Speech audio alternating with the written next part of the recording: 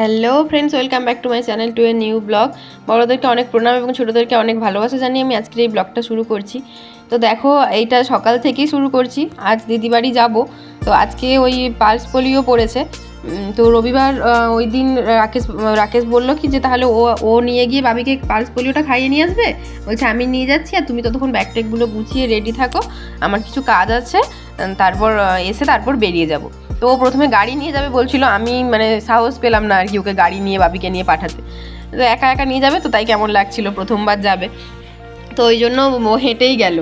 তারপর এই যে আমি মানে রাকেশ মাঝখানে আমার বাবিকে পোলিও খাইয়ে দিয়ে মানে প্রথমে ওই যে প্রথমবারটাতে যখন গিয়েছিল তখন হয়নি আর কি পোলিওটা, তখন মানে অনেক তাড়াতাড়ি চলে গেছিলো। আমরা যেহেতু যাবো তাই ওরা বলেছিল যে 8টার সময় আসতে, তো 8টার সময় গিয়ে বলছে না 8টা নয়, প্রায় 9টা সাড়ে 9টা বাজবে।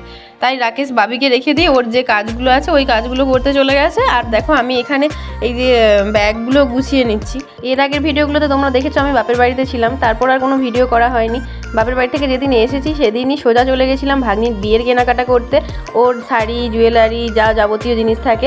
আর সেদিন হয়েছে কি আমি ফোন নিয়ে যাইনি, তাই কোনো ভিডিও হয়। তারপর দেখো ব্যাগ ট্যাগ গুছিয়ে নেওয়ার পর আর ভিডিও বানাইনি।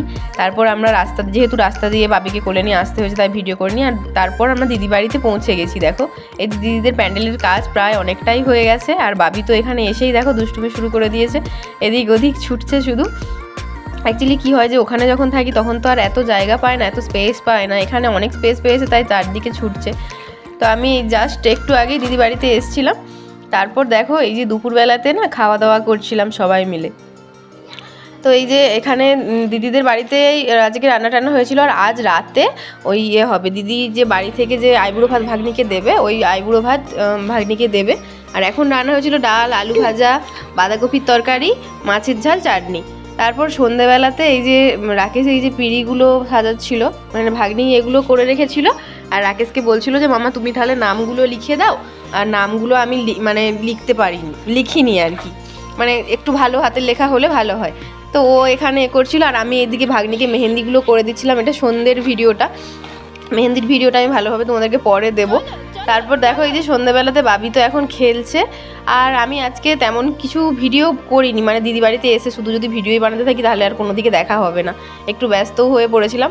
তো এই টুকটাক একটু ক্লিপগুলো নিয়েছি, এটাই তোমাদের সাথে শেয়ার করলাম। এই ছোটো ছোটো ক্লিপগুলো তোমাদের দেখে কেমন লাগলো জানিও। আর এখানটাতে দেখো ভাগ্নির ওই বিয়ের আসরটা সাজানো হচ্ছিল।